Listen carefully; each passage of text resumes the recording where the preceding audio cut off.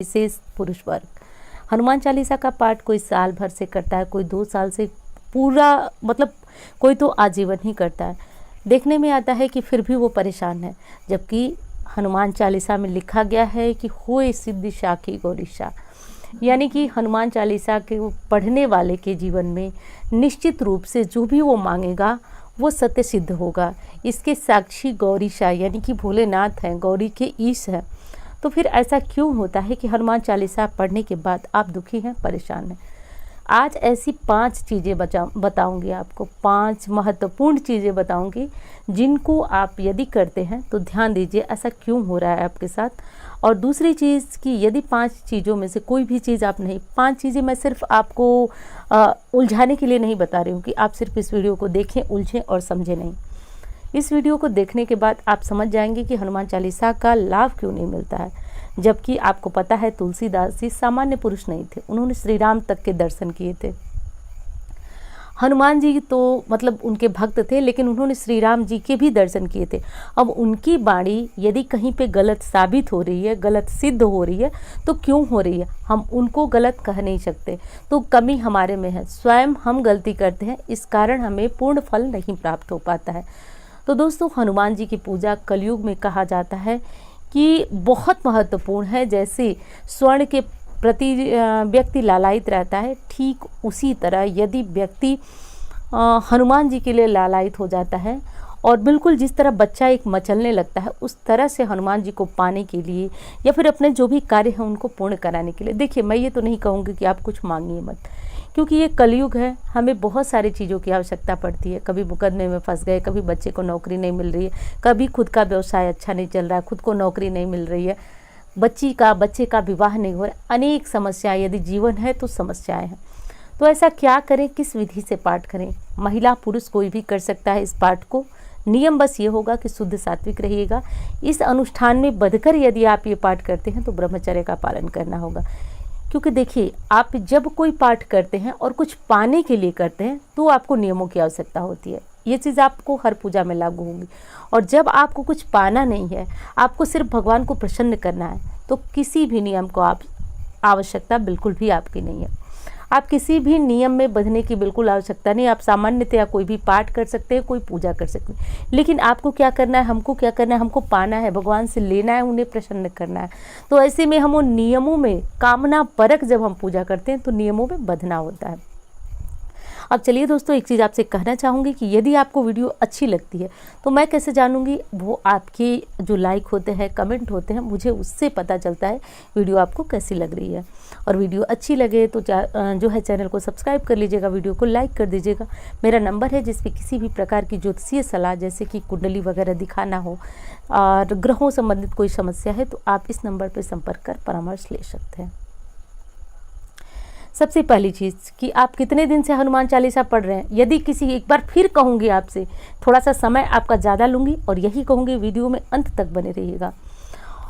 लेकिन आप कुछ पाना चाहते हैं हनुमान जी से, यदि इसी तरह आप सुबह पूजा कर आदत है आपको कि आप हनुमान चालीसा पढ़ते हैं, पढ़ लीजिए। लेकिन कुछ पाना है तो नियम बदलिए, चीज़ों को ध्यान रखिए। अभी श्राद्ध पक्ष चल रहा है, कुछ भी पाना है तो कोई मनोकामना न रखें आप जैसे कि कोई अच्छा समय आए, जैसे शुक्ल पक्ष का पहला मंगलवार आता है, इससे आप कर सकते हैं, या फिर नवरात्रि आ रही है उसमें जो मंगलवार आ रहा है उस दिन से आप कर सकते हैं। सबसे पहली चीज़ कि हनुमान चालीसा पढ़ने का सबसे जो श्रेष्ठ समय है वो कौन सा है? देखिए, शास्त्रों में कहा जाता है कि यदि कोई हनुमान जी के निमित्त यदि आप पाठ करते हैं और आपको कुछ लेना है, कुछ मांगना है, कुछ मनोकामना की पूर्ति करानी है, तो आपको या तो रात को 9 बजे के बाद ये पाठ करना है या फिर आपको ब्रह्म मुहूर्त में करना है। तो देखिए, ब्रह्म मुहूर्त में यदि आप कर सके तो 4 से 6 के बीच का समय है, इस मुहूर्त में आप करें। या फिर मैं तो कहूँगी कि 9 बजे के बाद सभी लोग अपने काम से बिल्कुल फ्री हो जाते हैं, तो आप 9 बजे से बाद जो है बाद का समय रखिए। दूसरा नियम आपको, समय मैंने बताया, समय बहुत महत्वपूर्ण है दोस्तों। और जो ज्योतिष शास्त्र होता है या फिर हमारे शास्त्र होते हैं, समय का बहुत महत्वपूर्ण। एक साधारण सी कहावत आपको कहूँ कि लोहा जब गर्म होता है तभी उस पर चोट की जाती है, तभी अच्छे हथियार का निर्माण होता है। ऐसा क्यों होता है? वो भी समय का ही महत्व होता है। यदि गलत समय पे हम कुछ भी करते हैं तो उसका श्रेष्ठ परिणाम नहीं मिलता है। वही कम प्रयास में ही यदि सही समय का चुनाव करके करते हैं तो श्रेष्ठ परिणाम की प्राप्ति होती है। तो अब आप करेंगे कि समय का ध्यान रखिए यदि कुछ पाना है तो। और ये अनुष्ठान करने से पहले आप संकल्प ले लें। आप 90 दिन यानी कि 3 महीने के लिए, महीने से मत देखिए, कभी कभी महीने में आप जानते ही हैं समय जैसे कि दिनों की अपेक्षा, आप बस 90 दिन गिन लीजिए। 90 दिन में किसी भी प्रकार की मनोकामना हो आप इस पाठ को कर सकते हैं, इस चीज़ का ध्यान रखिए। तो अब आपको करना है कि 90 दिन से पहले आप एक संकल्प कर लीजिए। संकल्प क्या होता है? संकल्प जो है भगवान तक हमारी चीज़ों को पहुंचाने का काम करता है। एक हम संकल्पित होकर उपाय को करते हैं, कर लीजिए। दूसरा नियम है कि अब आपको अपने सामने जब हनुमान चालीसा पढ़ना है तो आपके सामने हनुमान जी हो ना हो, उनकी फोटो मूर्ति आप रखे हो ना हो, लेकिन आपको एक राम दरबार की फ़ोटो अवश्य रखनी है। यदि आप चाहते हैं कि आपकी पूजा पूर्ण हो तो हमेशा के लिए मैं बता रही हूँ आपको, हनुमान जी वहीं आते हैं जहाँ श्री राम जी होते हैं। आप उनको बुलाएं ना बुलाएं, जैसे आप रामायण का पाठ करते हैं वो आ ही जाते हैं, क्योंकि श्री राम जी का गुणगान होता है। और माता सीता जी ने उन्हें वर भी दिया है कि जहाँ पे राम कथा होगी, राम जी का गुणगान होगा, वो आएंगे। तो सबसे श्रेष्ठ यदि परिणाम पाना चाहते हैं दोस्तों, ध्यान रखिए कि यदि आप पाना चाहते हैं तो सबसे पहले आप श्री राम जी का ध्यान करिए। हनुमान चालीसा पढ़ने से पहले, सुंदरकांड पढ़ने से पहले, रामायण पढ़ने से पहले श्री राम जी का ध्यान कीजिए। गणेश जी के बाद श्री राम जी का ध्यान करें और उसके बाद हनुमान जी की पूजा आराधना शुरू करें। करके देखिएगा, बेहद उपयोगी है। ये उपाय बहुत सारे लोग कर भी रहे हों, क्योंकि मैं बहुत बार ये चीज़ बताई हूँ। अब अगले नियम की बात मैं करती हूँ।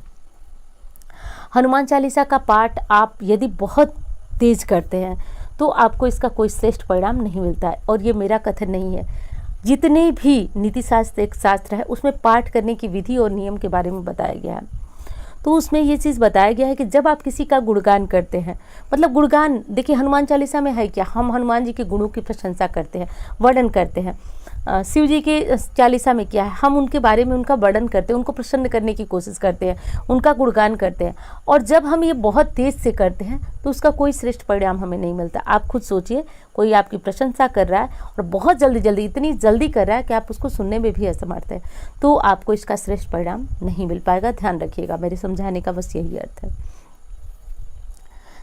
अगली और बेहद महत्वपूर्ण बात है दोस्तों, ये जो नियम आपने किया, चारों जो मैंने नियम बताया, हाँ एक चीज़ मैं बताना भूल गई, हमेशा पाठ यदि किसी मनोकामना के लिए किया जाता है तो लाल आसन पर, विशेष ऊनी आसन हो और लाल वस्त्र धारण करें।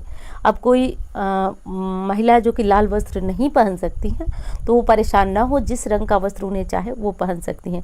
इन 90 दिनों में कुछ पाने के लिए कर रहे हैं तो आप जो है इस अनुष्ठान को बंद करके शुद्ध सात्विक आहार लेंगे, लहसुन प्याज से दूर रहेंगे, मांस वगैरह तो सोचिएगा भी मत, क्योंकि देखिए ये चीज़ें करेंगे और आपका मन ही जब संयमित नहीं, हनुमान जी जितेंद्रिय हैं और उनको वही भक्त ज़्यादा प्रिय हैं जो अपनी इंद्रियों पे काबू कर लेते हैं। आप समझ रहे होंगे मेरी बात, तो इस चीज़ का ध्यान रखिएगा। वस्त्र वगैरह का भी बहुत ज़्यादा महत्व होता है। चीज़ें तो छोटी हैं, लेकिन कहा जाता है कि लाल वस्त्रों से बेहद जो है वो आकर्षक ऊर्जा निकलती है, जो देवताओं के साथ हमें बांधने में बहुत ज़्यादा महत्व रखती है।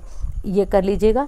अब अंतिम बात आपको कहना चाहती हूँ, जो हर भक्त के लिए चाहे कोई पूजा हो बहुत महत्वपूर्ण है, वैसे हनुमान जी के लिए तो बहुत ज़्यादा महत्व। कहा गया है कि निश्चल मन जन सो मोहि पावा, मोहि कपट छल छिद्र न भावा, यानी कि हनुमान जी को छली, कपटी और धूर्त व्यक्ति बिल्कुल पसंद नहीं है। शाम को हनुमान चालीसा करते हैं, सुबह हनुमान चालीसा करते हैं, नहीं करते हैं, लेकिन यदि आप छल करते हैं, प्रपंच करते हैं, कपटी हैं, मन में बहुत सारे भेदभाव रहते हैं, दिन भर आप गलत सोचते हैं, तो फिर आपको इस पूजा का